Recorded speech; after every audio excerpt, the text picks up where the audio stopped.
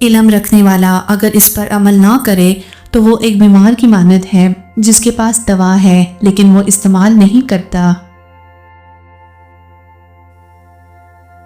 پڑوسی کے بچوں کی بھوک اور فاقے سے انجان رہنا اور اس کی بیوی اور بیٹی کی حرکتوں سے واقف رہنا ہمارے معاشرے کا بہترین مشغلہ ہے۔ انسان مذہب کے لیے اپنا مال لٹا دے گا، اپنی جان دے دے گا اور جنگیں لڑے گا، لیکن مذہب کے مطابق زندگی نہیں بسر کرے گا۔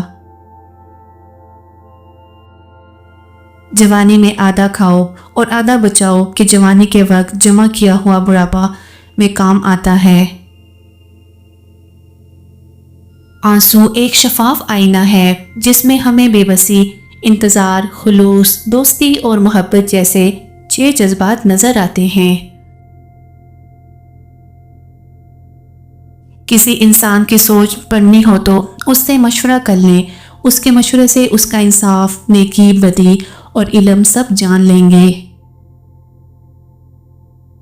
اگر آپ کسی کی مدد اس نیت سے کر رہے ہیں کہ وہ بدلے میں آپ کو کچھ دے گا تو اس کا مطلب ہے کہ آپ نیکی نہیں بلکہ تجارت کر رہے ہیں۔